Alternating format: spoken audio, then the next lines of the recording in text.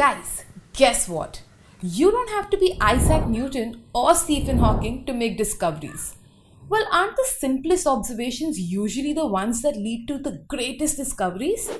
Did you know that one such scientific discovery happened during a bath? No? Okay then. I have a story for you. Once upon a time, in Syracuse city of the ancient Greek world, King Hiero ordered a goldsmith to make a crown entirely out of pure gold.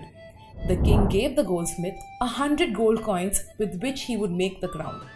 Since this crown was going to be offered to the gods in a ceremony, the king instructed the goldsmith against mixing any other metal in the crown. A few weeks later, the goldsmith returned to the king's royal court with the crown. The crown weighed exactly equal to 100 gold coins that the king had given him. Delighted by his effort, the king rewarded the goldsmith generously.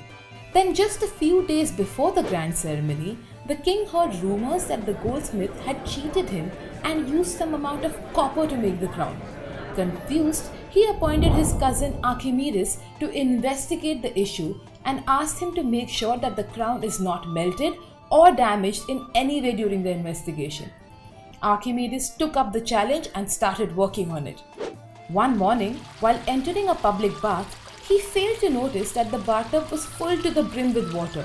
So when he stepped into it, the water overflowed. He was so quick to notice this that he jumped out of the bathtub and, amused, he began to scream, "Eureka! Eureka!" Eureka in Greek means "I have found it." He realized that the volume of a body immersed in a bathtub should be equal to the volume of water displaced. And this method could be used to measure the volume of irregular objects like the crown. The very next day, Archimedes went to the king's palace and asked him for the crown and 100 gold coins. By immersing these items in beakers filled with water, he measured the volume of water displaced by them.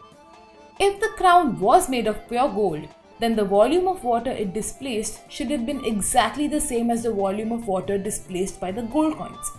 But the crown displaced more water than the gold coins. And this proved that the goldsmith had mixed copper while making the crown.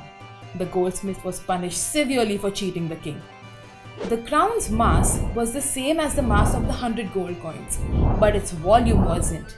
Clearly, even its density wasn't the same. This shows that a substance other than gold was in fact used in making the crown. It was mixed with something else. Isn't it amazing how physics helps us solve such mysteries?